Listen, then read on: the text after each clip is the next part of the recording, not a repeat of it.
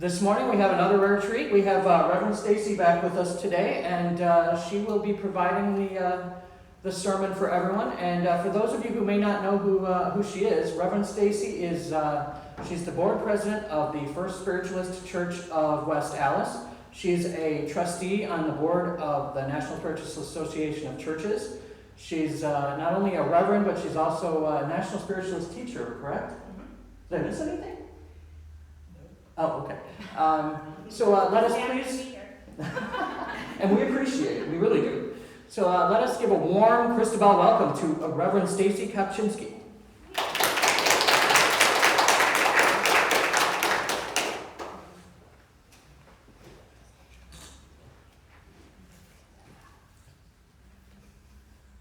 Okay. Good morning. Good morning. Isn't it wonderful to be together today to celebrate in God and spirit and fellowship? It's always good to come together, especially in a place that has been coming together to pay respect and to feel the power of spirit for decades and decades. So it does feel good to be here. I want to talk today a little bit about how are you? I want to ask you a question that you don't need to answer out loud, but just ask yourself, are you happy? And if you find that you waver on that question of uncertainty and not quite sure, or if you said no, what can we do about it starting today? Spiritualism teaches us many things that we can do to make ourselves happy. Just in our declaration, principle number 7 basically says that we choose happiness or unhappiness. Which in this type of environment, in this type of situation, I wonder if we're more open to the energies around us versus the energies inside of us. Are we allowing too much of the outside world to affect the inside world? And if it is truly our responsibility to bring happiness to ourselves, what are we doing about it? Spiritualism has a great foundation of the fact that it reminds us that we are a triune being. Do you know how unbelievably, almost magically, and I use magic in a very light word, because you are perfect just the way you are. There's no special ingredient in you or the person sitting next to you that the other person doesn't have. But it's how they use their energy and their existence to bring happiness to themselves. You know, I always laugh because my grandmother used to always say, if ain't mama happy, ain't no one happy. And I thought, that really has some power to it. But the more I started to understand the philosophy of spiritualism, I started to realize it was her happiness that triggered everyone else's happiness. So don't you want to be that guiding force, not only for yourself, but for others? So how do we do that? That's always the question. I am a continual, constant, as you should be, curious person, constantly asking why or how. So let's look at the triune that we are. Right? How often do you sit and really think about how amazing you truly are? You see, in spiritualism, it teaches us that we're spirit, soul, and body at this exact moment of time. So do you tune into your spirit, soul, and body? Or do you just allow your body and your crazy monkey mind to rule your happiness? You see, the spirit of us, of you, of me, of Mark, of all of you here, the spirit is all a piece of that divine spark. If you call it God, if you call it infinite intelligence, if you call it source, whatever your belief is, every single person has the exact same amount. No one's given more. No one's given less, and no one is not given that piece of divine spark. That's what connects us. Makes us all one big part of this beautiful divine source. Makes our spirit loved ones part of that divine source. You see, for whoever was, whoever is, and whoever will be, will not be without that piece of that divine source. And that divine source is perfect. It is everything it needs to be. It is the light that guides us. It is the love that drives us. It is our reason for existence, and it will always be. Then spiritualism teaches us that we have this soul, this energetic body, if you would, right? This ethereal part that continues on. It kind of encases that little divine spark. And it is our soul that drives us to ask, what is my purpose? Why am I here? It drives us to know and love ourselves unconditionally. It drives us to love thy neighbor as thyself. That soul is the essence of who we are. How often do you tap into that? Just right there, you have two divine powers within the third part, which is just the body. We know through mediumship, we know through spiritual healing, through evidential mediumship with our loved ones that they continue on. And that's the part of them that continues on. They shed the physical. But let's take a moment and take a look into our physical. You see, when we chose to come here, however we decided and however that theory goes, we came here and we were born into this physical body.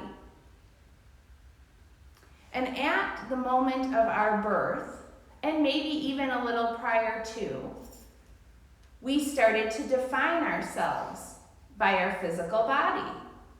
Not the spirit that we know we are, not the soul that grows within the body and understanding, but we actually started to divide ourselves or label ourselves by what we perceived and what the world around us perceived.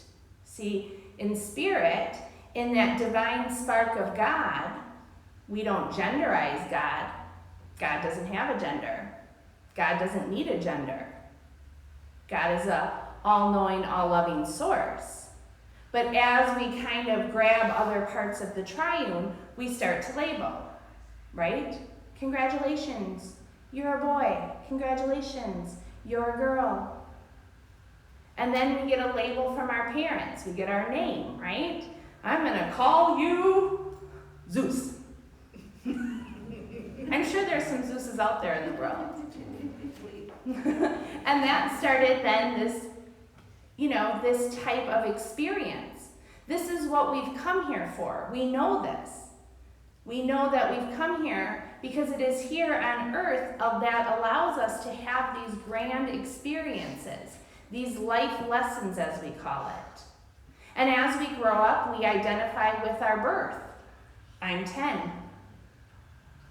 Today we celebrate Jody, who turns 15. And then we start adding on these labels. And I'm not saying labels are a bad thing, but I ask you, what labels are you holding on to that no longer suit you?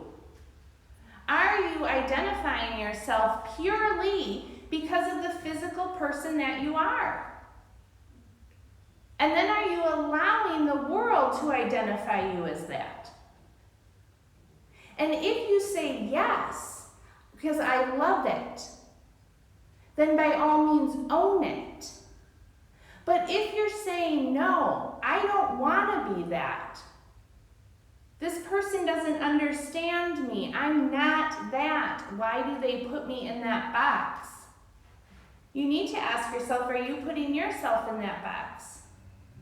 Are you allowing that label to define you? Because there's two other parts of you. that say you're glorious just how you are. That soul, learning, growing, it has experiences. Some lights shine dimly because it's layered with labels it doesn't want. Where other lights shine brightly because they learn to release what no longer serves them. It also then gives us this wonderful, wonderful idea of that tomorrow is a new day. Because if you have that same ability, which spiritualism teaches you that you do, so does everyone else. It is only you labeling them that they can't change or that you can't change. Which brings us back to the principle of 6, right? Do unto others. Again, we're all part of the collective whole. We know this, for not one of us is denied that divine spark. But it's how we use our soul and how we use our body to express that, right? And in the physical, which I say, let's embrace it, right? We're here. We all woke up this morning, and just that long ago, Spirit was playing bowling. Isn't that fantastic? But we are here, and we're here for this experience. So let's own it. And in this experience, we deal with linear time, right? We stand in front of a mirror, and we watch our body as it ages. But you see, your soul, your spark, is endless. It has no age. Any limitations that we try to put on ourselves is usually through our mind and this game with linear time, right? I'll do that tomorrow. That's my favorite saying, especially when it comes to housework. So the dust bunnies have become cats, and they're just getting bigger. But how much, though I say that in jest, but how much of ourselves do we define in linear time? Well, when I'm a little bit thinner, when I know a little bit more, when I have a little more time, when this person stops irritating me, or when this person comes into my life. Why do we take so much of our power and give it away? When on the inside, our spirit and our soul are going, we got this. So let us connect. Let us own this time. Because for this time truly is over in a blink of an eye. We know this because our loved ones come in and they tell us so. Don't they? They say this is just a mere morsel in our true existence. So why do we give time so much control over us? Let us take back the time, for it is our time, is it not? And spiritualism teaches us that it's our time. So with all of that which has been given, and I ask you again, do you or are you happy? And then I'll ask you the next important question. Can you be? And I hope all of you say yes. You can be, because you see you have the power and the perfection and the love already within to be. And I'm going to end on this poem that I found, and it's by the Edwin Gaines seminars, but it really is powerful. So as I say this, think about this, own this, and make it yours. Because it simply states, now is my time.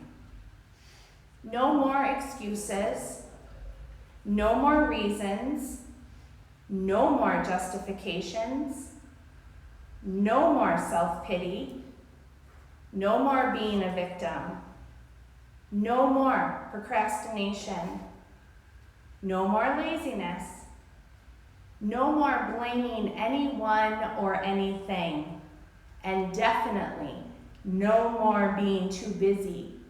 Now is my time. Now we stay and say with determination, choose to change. I choose to step out of my comfort zone. I choose to release the past. I choose to believe in myself and my dreams. I choose to take all appropriate actions. I dare to dream big. I will let go of all imaginative barriers. I am willing to live, love, and learn. I choose to move through my own resistance. I come to know that there is a power within me that is greater than anything in this world. I choose to call upon this power for assistance, guidance, inspiration, courage, and wisdom.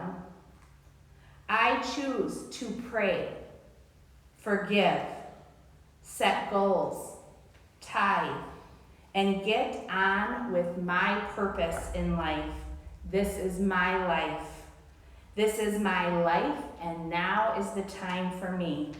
I am going for it all, and I hope you do. Thank you.